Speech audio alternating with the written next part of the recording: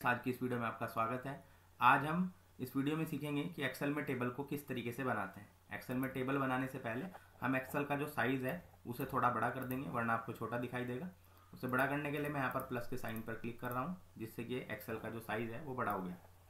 अब यहाँ पर जो हम एक आज टेबल बनाएंगे, उस टेबल के अंदर हम एक ऑटोमोबाइल कंपनी का डेटा बनाएंगे, जिसके लिए मैं सबसे पहले सेल पर मैंने एक्सेल में क्लिक करा और यहाँ से इसे सेलेक्ट करते हुए मैंने कुछ सेल्स को यहाँ पर सिलेक्ट करके और मर्ज एंड सेंटर पे क्लिक करा। मर्ज एंड सेंटर करते ही ये सारे सेल्स एक बन गए। अब मैं यहाँ पर उस कंपनी का या पर्टिकुलर ऑटोमोबाइल कंपनी का नाम लिख लेता हूँ।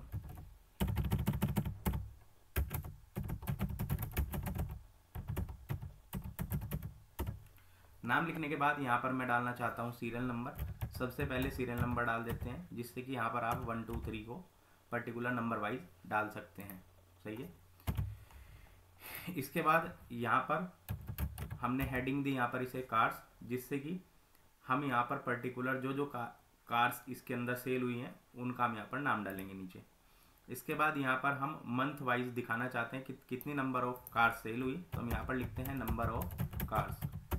इसके बाद यहाँ पर मैं पर्टिकुलर मंथ वाइज दिखाना चाहता हूँ, जैसे कि जनवरी की अलग, फरवरी की अलग और मार्च की अलग रिपोर्ट दिखाना चाहता हूँ, तो यहाँ पर तीनों में ये लिख दिया। अब यहाँ पर नंबर ऑफ कार्स को आप यहाँ से सेलेक्ट करेंगे इन तीनों सेल्स में और मर्ज एंड सेंटर पे क्लिक कर देंगे, जिससे कि तीनों सेल एक बन गए और ये बीच में आ गया। इसके बाद इसे फॉर्मेट करने के लिए आप सेलेक्ट करेंगे और यहाँ पर अलाइनमेंट में सेंटर पे क्लिक करेंगे। इसके बाद यहाँ पर आप इसे टोटल निकालना चाहते हैं तो यहाँ पर टोटल पे क्लिक करेंगे। टोटल लिखने के बाद सेलेक्ट करा यहाँ पर हमने इसे और यहाँ पर इन दोनों सेल को सेलेक्ट करके मर्ज एंड सेंटर दबा दिया। मर्ज एंड सेंटर करने से और अलाइनमेंट करने से ये बीच में आ जाते हैं। सेलेक्ट करा और मर्ज एंड सेंटर दबा दिया और फिर यहाँ पर मिडल अलाइन पर क्लिक कर दिया। फिर यहाँ पर इसे सेलेक्ट करा, मर्ज एंड सेंटर करा, मिडल अलाइन पे क्लिक कर दिया। अब हमारा जो टेबल का हेडिंग्स हैं वो तैयार हो गई हैं। अब यहाँ पर हम नीचे डेटा डालना सीखते हैं। सबसे पहले हम सीरियल नंबर डालते हैं 1, इसके बाद हमने डाला यहाँ पर 2। इस तरीके से आप कितने भी सीरियल नंबर को डाल सकते हैं। 1 2 को आपने डालने के बाद अगर आप 3 4 ऐसे ही डालना चाहते हैं तो सेलेक्ट करें दोनों को और कोने पर जाकर एक छोटे प्लस के साइन को नीचे खींच दें, तो जहाँ तक खींचेंगे वहाँ तक ये ऑटोमेटिक बन जाएंगे। इसके बाद यहाँ पर आप अपनी जो भी कार्स के नाम है, जैसे कि यहाँ पर मेरे कार का नाम है, सबसे पहले जो सेल हुई है वो ऑल्टो K10 है।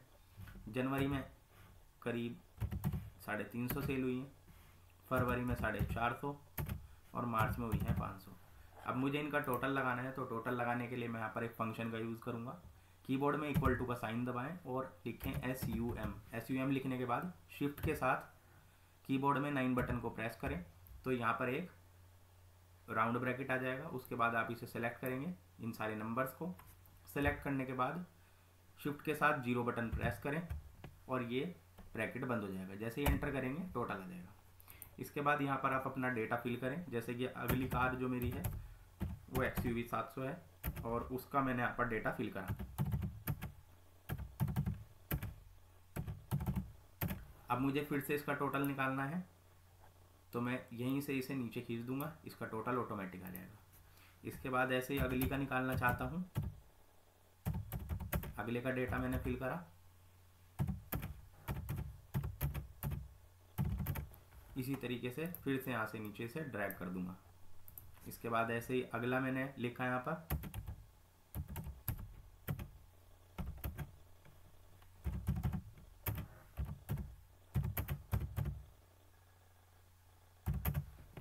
फिर से यहाँ से ड्रैग एंड ड्रॉप कर देंगे, ये ऑटोमेटिक टोटल आ जाएगा। ऐसे ही यहाँ पर अब लास्ट हमने कार लिख रहे हैं। अगर सेल से बाहर जा रहा हो डेटा तो आप यहाँ से इसे बढ़ा सकते हैं।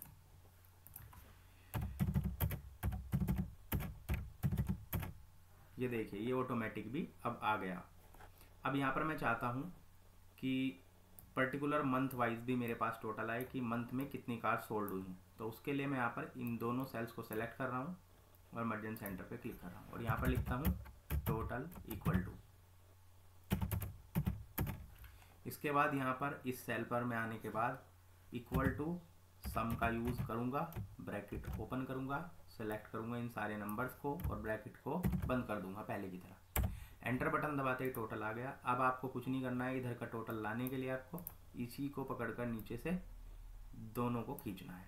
ये देखिए इसका भी टोटल यहाँ पर आ गया, इसका भी टोटल यहाँ पर आ गया और इसका भी यहाँ पर आ गया। इसके बाद ये वाला टोटल और ये वाला टोटल दोनों के दोनों बराबर होंगे। तो आसान तरीके से लगाने के लिए इसे सिलेक्ट कर लें पूरे को और यहाँ पर ऊपर जाकर ऑटो सम पे क्लिक करें, ये ऑटोमेटिक टोटल आ जाएगा। तो इस तरीके से एक वर्कशीट हमारी बन गई है जिसे हम पर्टिकुलर टेबल बोलते हैं। और इस टेबल पर एक बॉर्डर लगाने के लिए यहाँ पर ऑल बॉर्डर पे क्लिक करेंगे तो ये पर्टिकुलर एक पूरा बॉर्डर लग गया। अब ये बॉर्डर लगाने के बाद हम इसकी कुछ फॉर्मेटिंग करेंगे। फॉर्मेटिंग करने के लिए सबसे पहले हमने इसे सिलेक्ट करा और यहाँ से हमने इसे हेडिंग को थोड़ा इसे बड़ा कर दिया। बड़ा करने के बाद हम इसे बोल्ड कर सकते हैं थोड़ा मोटा दिखाने के लिए। हमने हेडिंग्स को सेलेक्ट करा, बी बटन दबाया, बोल्ड हो गया। इसके बाद आप सीरियल नंबर को बोल्ड कर सकते हैं, यहाँ पर टोटल वाले को बोल्ड कर सकते हैं और ये आपकी वर्कशीट जो है वो एक अलग ही पर्टिकुलर रूप में आ जाएगी। इसके बाद आप चाहते हैं तो जो आपकी हेडिंग है उसका आप कलर यहाँ पर जाकर सेलेक्ट कर सकते हैं, कोई भी स्टैंडर्ड कलर। और अपनी हेडिंग्स के बैकग्राउंड में आप यहाँ पर एक येलो हाईलाइट भी दे सकते हैं स्टैंडर्ड कलर में जाकर। इसी तरीके से आप टोटल में भी दे सकते हैं, सेलेक्ट करेंगे टोटल को और यहाँ पर बाहर भी क्लिक कर दें तो वही सेम कलर आ जाएगा। तो इस तरीके से हमारी एक पूरी टेबल तैयार हो गई और इस पर अच्छे से फॉर्मेटिंग भी हो गई। तो इसी तरीके से हमारी वीडियोस को देखने के लिए सब्सक्राइब करें और इस वीडियो को लाइक करें। Thank you.